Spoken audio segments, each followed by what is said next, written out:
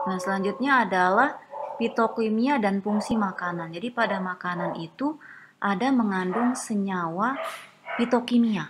Nah, senyawa-senyawa yang bisa menghasilkan kebermanfaatan bagi tubuh kita, ya. Misalnya pada biji-bijian atau pada sayuran mengandung senyawa metabolit sekunder ternyata yang memiliki fungsi misalnya penghasil antioksidan, antibiotik misalnya itu, atau enzim ya, yang memiliki fungsi baik untuk kesehatan gitu. Jadi senyawa antioksidan ini ada senyawa fitokimia juga ya, yang melindungi senyawa lain dan reaksi merusak yang melibatkan oksigen. Jadi senyawa ini untuk melindungi senyawa lain. Nah, sehingga senyawa lain itu akan dirusak oleh senyawa tersebut karena dia hanya menjaga senyawa tertentu aja, gitu. Sehingga di sini karena antioksidan melibatkan oksigen untuk proses reaksinya. Oksidasi adalah efek kimiawi sel normal yang berpotensi merusak dan di sini melibatkan oksigen pada prosesnya. Contoh misalnya di sini ada sayuran brokoli. Nah, bijinya namanya brassica. Dia berkecambah. Nah, ini tanaman atau sayuran brokoli ini sebagai pangan fungsional. Kenapa? Karena dia mengandung fitokimia yang tinggi. Berarti fitokimia itu kan umum ya. Jadi ada banyak jenisnya, ada alkaloid, flavonoid, misalnya kan gitu ya. Nah, itu mana yang tinggi kan bisa kita baca lagi di beberapa artikel. Nanti fungsinya untuk apa misalnya. Nah, artinya brokoli ini sangat potensial dan fungsional, merupakan pangan fungsional karena mengandung senyawa fitokimia tinggi di dalam sayur tersebut. Nah, itu bagaimana cara kita mengetahuinya? Itu perlu ada teknologinya. Nah, dengan misalnya ekstraksi brokoli, ekstraksi senyawa metabolit sekunder dari brokoli. Jadi perlu diekstrak dulu.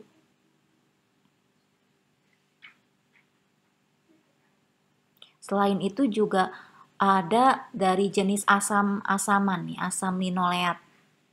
Nah, sejenis lemak ya dalam mentega, kemudian susu ya, dan produk susu lainnya itu juga memiliki aktivitas biologis di dalam tubuh. Nah, artinya memiliki aktivitas biologis itu ya bisa sebagai misalnya kalau mau kita teliti ya, misalnya memiliki apa antioksidan yang tinggi atau misalnya antibiotik atau antiinflamasi misalnya gitu ya. Nah, itu.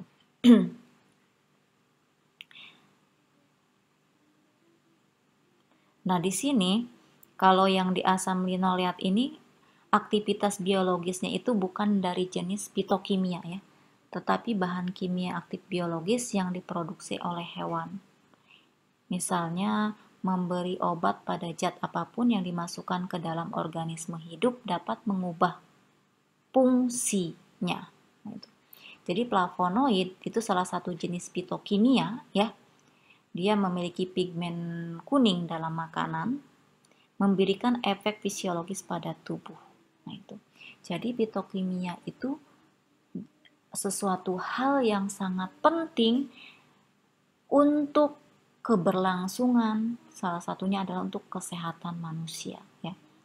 Sekarang aja banyak orang mencari obat itu dari bahan alam ya. Dengan cara apa? Dengan cara mengidentifikasi fitokimia yang ada di bahan alam tersebut. Apakah mengandung flavonoid, alkaloid, dan lain sebagainya. Yang berfungsi tadi untuk kesehatan. Jadi pada bahan pangan kita banyak sekali terkandung senyawa fitokimia. Nah, ini adalah ilustrasi dari zat gizi yang masuk sehingga seperti apa status gizinya. Nah, jadi kalau zat gizi yang masuk berukuran kecil, sementara zat gizi yang diperlukan oleh seseorang itu besar, maka status gizi seseorang itu menjadi kriterianya gizi kurang, kayak gitu.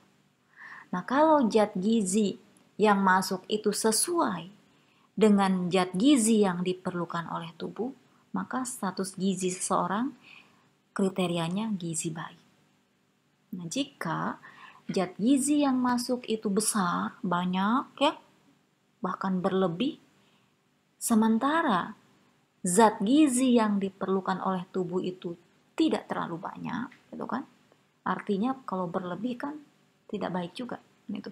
Maka status gizi yang dihasilkan kriterianya seseorang mengalami gizi lebih. Nah, kalau misalnya dalam berat badan aja ya, ada berat badan kurus ya, ada berat badan sedang, ada berat badan normal, ada berat badan berat, dan ada obesitas. Nah, jadi berat itu belum obes ya, tapi kalau sudah melebihi berat itu sudah obesitas. Oke, selanjutnya adalah masalah gizi. Nah, mungkin kita sering atau pernah mendengar ya kasus gizi buruk ya. Di Indonesia pun pernah ditemukan ya gizi buruk. Misalnya ada seseorang yang kwashiorkor ya, kekurangan protein misalnya. Nah, itu kan masalah gizi buruk atau pertumbuhan dan perkembangan telat atau lambat. Nah, itu juga adalah masalah gizi buruk. Jadi, pentingnya asupan gizi itu setelah 6 bulan kelahiran itu.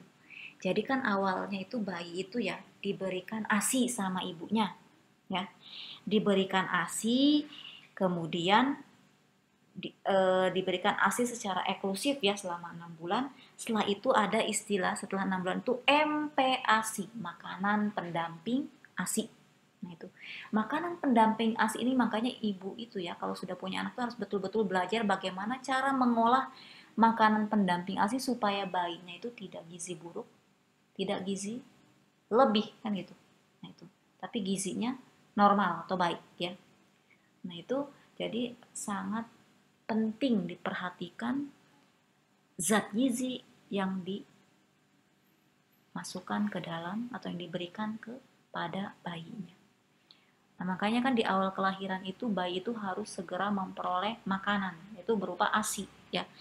Makanya zat yang keluar pertama kali dari ASI itu kolostrum namanya. Nah, itu fungsinya untuk apa? Untuk meningkatkan atau bahkan menjaga, melindungi daya tahan tubuh ya pada bayi, menghindari infeksi dan lain sebagainya.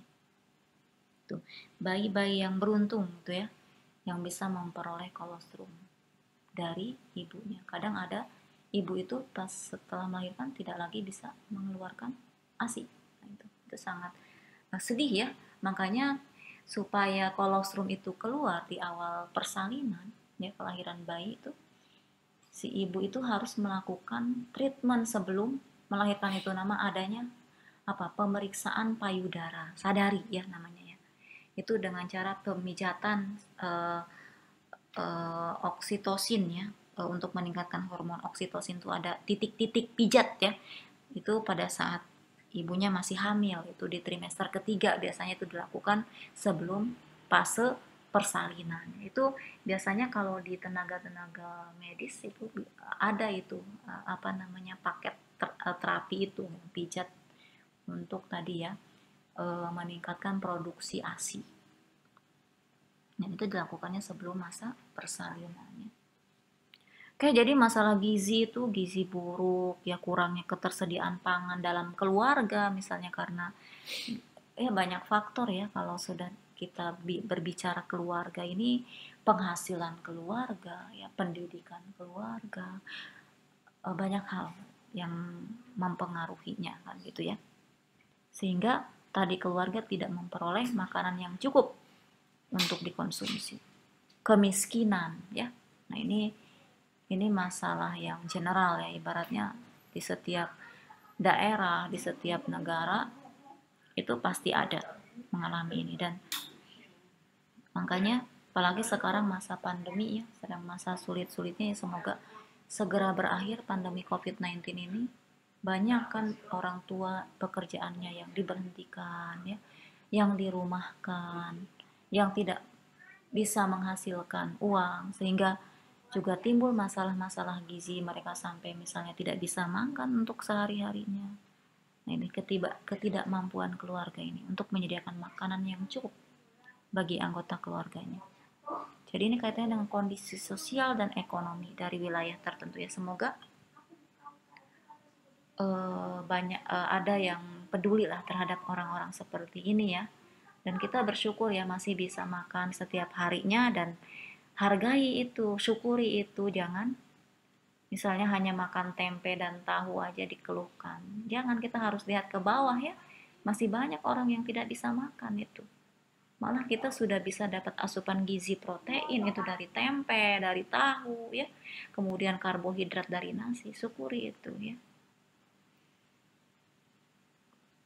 Pengetahuan yang rendah tentang pentingnya zat gizi untuk kesehatan. Ada juga misalnya ini banyak uang, tapi pengetahuannya kurang. Nah, kayak gitu.